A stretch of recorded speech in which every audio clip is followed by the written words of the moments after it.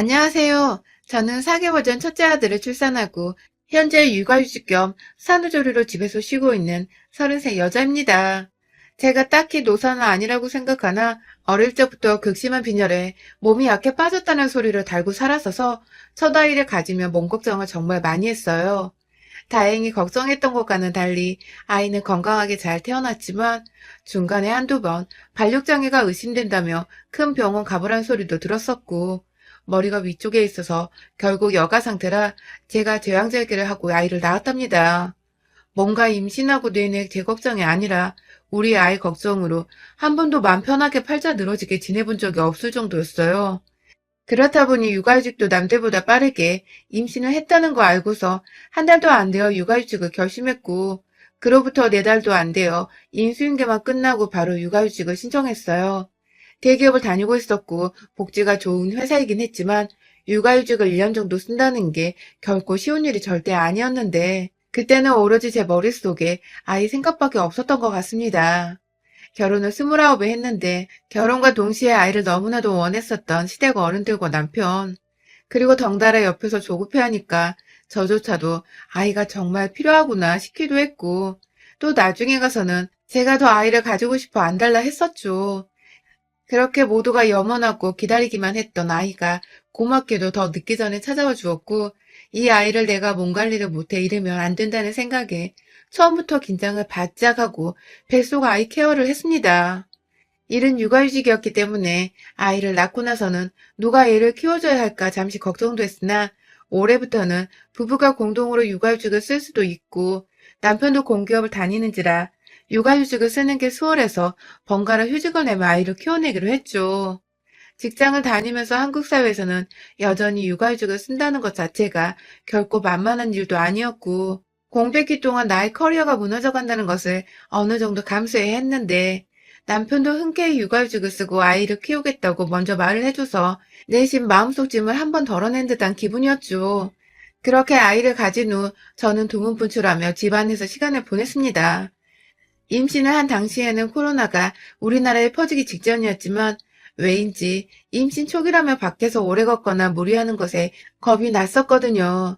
남들 눈에는 유별나게 보일 수 있었겠지만 저는 제 아이만 건강하게 자라나면 될 문제였기에 남들이 어떻게 보고 상관없이 그냥 집에서 웬만한 장복이나 필요한 것들은 온라인으로 잘 구매하며 안전히 시간을 보냈죠. 살을 더 찌워야 아기가 지낼 공간이 더 편안할까 싶어서 먹는 것도 잘 챙겨 먹고 아이한테 좋다는 음악을 듣거나 책을 수시로 읽어보며 우리 애가 뱃속에서 좋은 기억들만 안고 세상 밖에 나올 수 있도록 자잘한 것들까지도 신경을 썼습니다. 코로나가 터지고 나서는 더욱 바깥 활동에 겁이 나기도 하고 혹시나 하는 마음에 외출을 삼가했어요.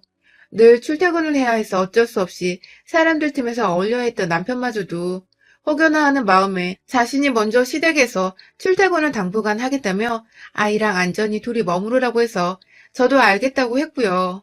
내내 함께 살았던 한결같은 사람이란 거 잘 알았기에 퇴근하고도 할 줄 아는 것이라고는 게임이나 소설책 읽는 거 말고는 딱히 취미생활도 없던 사람이란 걸 잘 알았기에 남편이 시댁에서 자겠다는데도 그닥 불안하거나 의심하는 마음은 들지 않았습니다. 우리가 누구보다 뱃속의 아이를 잘 키워내고 싶은 마음을 가졌다는 것을 서로 알고 있었기에 웬만하면 코로나 때문에 죄 없는 어린아이가 피해를 입는 것을 어떻게든 막아보고자 한 방법이었죠. 그런데 아직 결혼 안 한 우리 형님은 남편이 시댁에 짐 싸와서는 출퇴근을 한다고 하니 화가 잔뜩 나셔서는 저한테 전화를 하셨더군요. 옳게 그렇게 안 봤는데 순 여우였구나? 하면서 임신한 동생 와이프한테 여우라고 빈정상한 말을 던지질 않나. 하다못해 여우라고 한 이유도 제가 힘들지 않고 남편을 밖으로 출퇴근시키고 있다면서 남편이 시댁으로 온 바람에 자기 엄마만 아침 차리고 저녁 차리느라 죽어난다고 하더라고요. 형님 말씀이 너무 심해서 기분이 상하고 상처도 받았지만 입장 바꿔 생각해도 그럴 수 있겠다 싶어서 아차 싶었어요. 남편은 아침을 웬만하면 먹지 않고 저녁도 저하고 번갈아 가면서 집에 먼저 도착한 사람이 차리곤 해서 집에서 딱히 남편 하나 때문에 살림살이 피곤해질 것이 없었는데 남편도 시어머니 앞에서는 아들인 건지 주시는 밥을 그냥 얻어먹기만 하고 있었나 보더라고요. 시어머니도 분가했던 아들이 오랜만에 집에서 먹고 자고 하니까 신경 써서 더 밥을 차려주고 싶으셨던 것 같고요. 형님한테는 불이 나게 말씀을 드렸습니다. 제 아이 때문에 그리고 코로나 때문에 남편이 먼저 시댁 가서 지내겠다고 말을 꺼냈다고. 그러니 오해하지 마시고 저도 남편한테 어머니 힘들게 하지 말라고 말을 잘 해보겠다고 말이죠. 하지만 제 말은 형님을 더 빈정상하게 하는 꼴이었습니다. 본인 말을 고자질하겠다는 소리냐고. 굳이 아닌 거 뻔히 아시면서 곡해서 해석하시며 임신한 사람한테 소리를 빽빽 질러대시는데 정말 얘 임신한 후로 그 정도의 심한 스트레스를 받아본 적은 처음이었습니다. 사실 형님은 처음 결혼을 할 적부터 저한테 열등감인지 뭔지 늘 안 입고 온 표정으로 쳐다보며 말을 툭툭 던져대곤 했어요. 제가 대기업을 다니고 있고 나름 학교도 좋은 곳을 나와서 한 번도 대충 살아본 적이 없다고 자부하는 제 인생을 형님은 늘 피곤해, 유별나 하면서 까내리기 바쁘셨고 정작 본인은 취업도 제대로 해본 적이 없고 대학도 이름 모를 3년제 대학을 나오셨으면서 제가 노력해서 얻은 결과들을 자꾸만 필요없는 것들이라며 인생 헛살았다고 비꼬기만 하셨어요. 전 단 한 번도 형님을 먼저 무시한 적도 형님의 대학이나 현재 상황을 불쌍하게 보거나 한심하게 쳐다보기는커녕 일부러 자존감 북돋아 드리려고 매번 성격이든 뭐든 칭찬만 해드렸는데도 말이죠. 늘 저를 자신과의 반대의 사람이라고 그래서 정이 안 간다고 대놓고 상처받을 말들을 던져대시던 형님. 그날 전 어찌저찌 저한테 또 화가 난 형님을 잘 풀어드리고 전화를 끊었어요. 비록 형님이 됐어 네 맘대로 살아 하며 툭 일방적으로 전화를 끊으며 대화는 중단되긴 했지만 제 딴에는 제가 변명할 수 있는 말을 다 꺼내봤습니다. 그리고 이내 남편한테 전화를 했어요. 아무리 형님이 고자질이네 뭐네 하면서 저한테 말을 하지 말라고는 하셨으나 전 도저히 이런 취급을 형님한테 받을 이유가 없었기에 억울하고 분했거든요. 임신했을 땐 축하한다는 연락도 없었고 얘는 잘 자라고 있냐며 조카 안부 한번 물어본 적이 없는 인간이었는데 이렇게 오랜만에 연락이 와서는 한다는 소리가 남편을 시댁에 보낸 여우라니 참 헛웃음이 나오는 대목이었습니다. 아무튼 남편한테 하소연을 하다 보니 그간 남편도 시댁에서 출퇴근을 하며 보니 백수로 있는 자기 누나 꼴이 말이 아니라 생각을 했나 보더라고요. 심지어 남편은 밖에서 돈이라도 벌어오고 시어머니께 생활비로 용돈을 더 얹어드리고 있었는데 시누이는 백수로 지내며 집안에서 24시간 붙어있는 와중에 자기 동생이 집구석에 들어왔다고 처음부터 짜증을 내더니 그걸 굳이 시어머니 힘들다는 핑계를 대면서 저한테 남편 데려가라고 전화를 한 것이었습니다. 그러니까 한마디로 제가 이래라 저래라 할 입장은 아니지만 그 집구석에서 시누이도 시어머니 힘들다는 소리를 할 자격은 못 되었던 것입니다. 그래도 참았어요. 거기는 어쨌든 시누이 집이고 시부모님은 시누이의 부모님이니까 나보다 이러쿵 저러쿵 하면서 시어머니를 대변할 자격이 된다고 생각을 했거든요. 그래서 웬만하면 앞으로 걸려오는 시누이 전화는 받지 않으면서 아이 태교하는 데 더욱 힘쓰고자 했습니다. 남편도 다신 전화 받지 말라며 신신당부를 했고요. 그때부터 저는 시누이를 일절 멀리하며 기피했어요. 남편이 제대로 따지지 않았던 것인지 그로부터 한 3주간은 정말 미친 듯이 전화가 오고 왜 안 받냐고 예의를 밥 말아먹었다는 욕설 담긴 문자도 많이 보냈어요. 혹여나 싶어 핸드폰을 멀리하고 살았는데 미친 듯 몰려온 욕설 문자에 저는 그걸 다 그대로 남편한테 전송을 했고 남편이 그제서야 제대로 시누이한테 절 건들지 말라고 발악 발악을 했는지 거의 막달이 되어 갈 때까지 다행히도 시누이는 더 이상 연락을 하지 않았어요. 그 사이 태아는 코로나로부터 면역을 가지고 태어난다는 뉴스들이 하나둘 들려오면서 남편은 다시 집으로 돌아왔고 남편 내조와 더불어 출산 준비와 동시에 다가올 회사 복귀 준비로 슬슬 여념없던 그때 출근한 남편 없이 집에 혼자 있는데 누군가 배를 눌렀습니다. 입구에서 비밀번호 한 번을 더 누르고서야 건물 안으로 들어올 수 있는데 친정엄마가 말도 없이 찾아오셨나 싶어서 황급히 문을 여니 거기엔 다른 사람도 아닌 시누이가 서 있었습니다. 정말 소스라치게 놀라버렸죠. 마지막으로 통화를 했던 게 너무 안 좋게 끝났었으니까 살짝 마주하기 민망하고 어색하기도 했거든요. 형님, 어쩐 일이세요? 하면서 놀라 여쭤보니 형님은 응, 곧 출산할 테니까 선물 좀 챙겨왔어. 하면서 문을 밀치고 들어왔어요. 현관 입구에 딱 내려놓은 선물꾸러미들. 아, 역시 형님도 결국은 남편의 누나고 내 아이의 고모구나 하면서 잔뜩 감사한 마음으로 부풀던 그때 뭔가, 뭔가 기분이 퍽 구려지기 시작했습니다. 아니, 글쎄, 그 선물꾸러미 한가운데에 웬 흰꽃이, 국화꽃이 세워져 있더라고요. 아니, 새 생명 태어나는 집에 꽃은 좋은데 장례식 갈 때 사가는 국화꽃이 웬 말이냐고요. 이거 완전 그 옛날 유명했던 혼성그룹에서 여자 멤버들끼리 서로 병문안 갈 적에 국화꽃 사들고 갔던 게 막 오버랩 되면서 그제서야 깨달았어요. 인연이 절 축하해주기 위해서가 아니라 엿먹이려고 찾아온 것이란 걸요. 그날 저는 태어날 아기에겐 하나도 필요 없는, 출산을 하고도 모유 수유를 조심해야 하는 소주랑 맥주, 그리고 여러 가지 안주거리들을 형님으로부터 잘 싸여진 포장지 안에 선물을 받았고, 내내 표정 관리가 되지 않은 똥 씹은 표정으로 형님을 마주대했으나, 형님은 끝까지 집안에서 배고프다며 라면을 삶아 먹고, 자신이 선물한다고 가져온 소주병 하나를 까서는 몇 잔 술까지 기울이고서 취했다며 지발로 나서 집으로 돌아갔습니다. 너무 순식간에 몇 시간 만에 일어난 일인지라 형님이 나간 후에도 내내 멘붕이었습니다. 태어나서 이렇게 누군가로부터 노골적인 모욕을 당해보는 건 살다 살다 정말 처음이었습니다. 제 아무리 내가 미웠어도 이제 막 세상을 보려는 아기를 품고 있는 올케한테 국화꽃을 선물하고 술병들을 절 위한 거라며 가져오다니 도대체 어떻게 살았길래 생각하는 게 이렇게 무식하고 저렴하고 이기적인 건지. 퇴근 후 돌아온 남편은 현관에 가득 놓여진 술병들을 보며 당신 이거 어쩌려고 산 거야?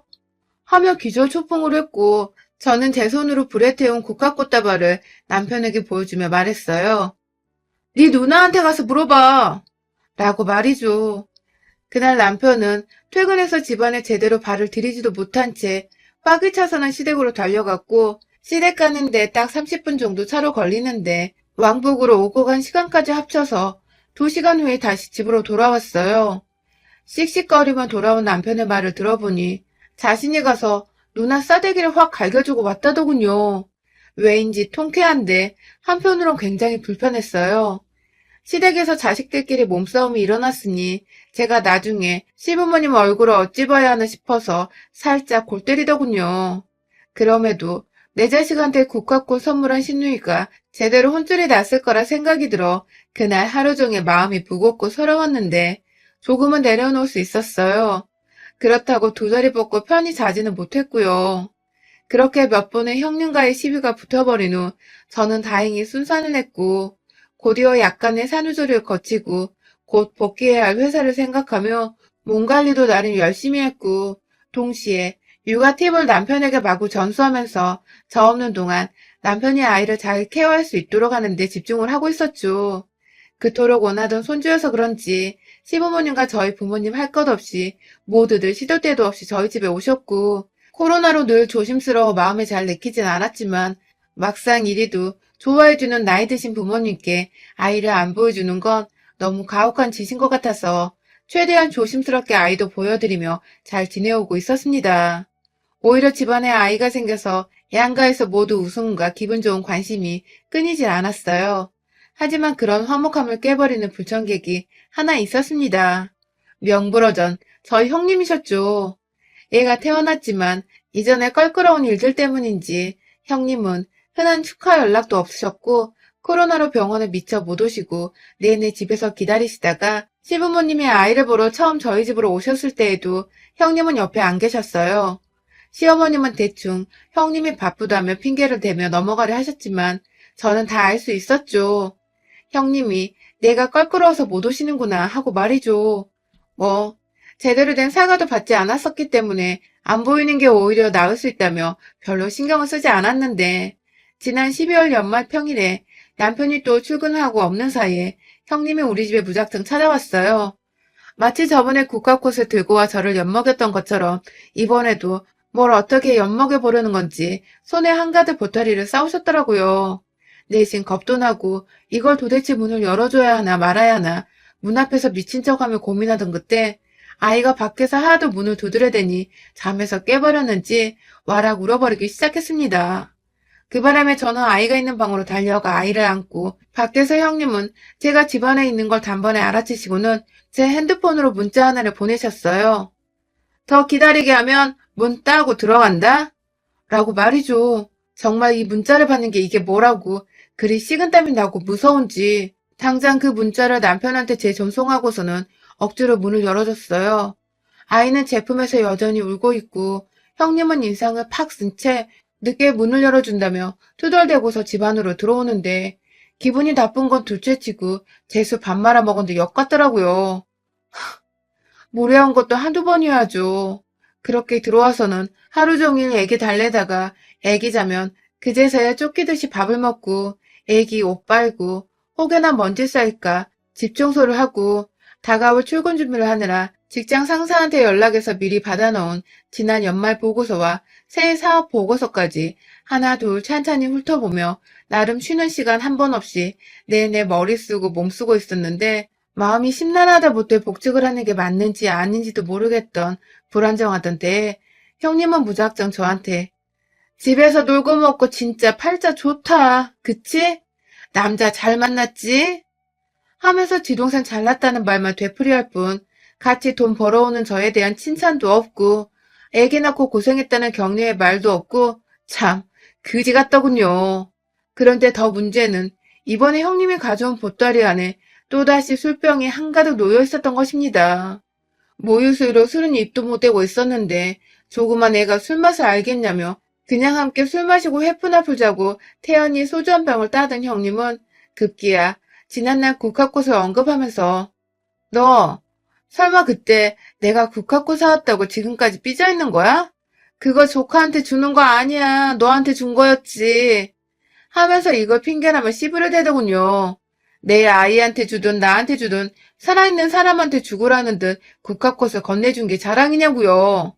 그런데 그걸 별일 아니란 듯이 웃으면서 심지어 저한테 준 거라고 제 눈을 마주보고 얘기하는 형님의 눈에서는 저의 일그러진 표정을 보면서 희열을 느끼는 듯한 모습이 보였습니다. 겨우 한기로 흘려들으면서 아이를 안방 침대에 억지로 눕혀놓고는 아이 앞에서 소리를 지르지 않도록 좋게 좋게 넘어가다 형님을 돌려보내려고 했습니다. 술잔도 줬고 안주도 먹으라고 집에 있는 땅콩 몇 개도 소금에 버무려서 같이 먹으라고 건네줬어요.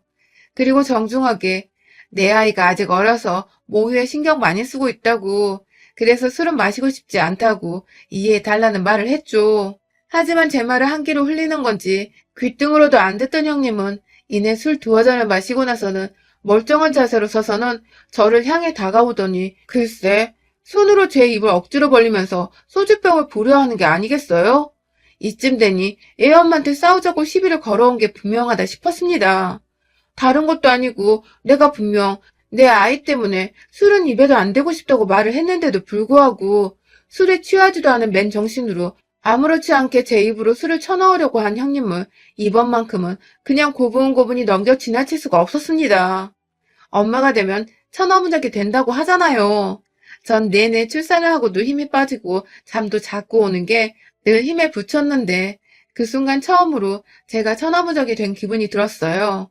어디서 나왔는지도 모르겠는 괴력으로 정말 신우의 머리통에 날아간 만큼 강하게 싸다구로 날렸습니다. 내가 안 마신다고 했지? 하면서 우리 애가 평소 우는 목소리 데시벨만큼의 커다란 소리를 내면서 휘청거리는 신우의 대갈통 뒷짝을 한 번 더 제 손바닥으로 확 내리쳤어요. 이게 진짜 보자 하니까 내가 우스워? 하면서 다시 한번 신우이를 일으켜 세워서는 이내 저한테 건네주려고 한 소주병을 그대로 신우이 머리통에 부어버렸답니다.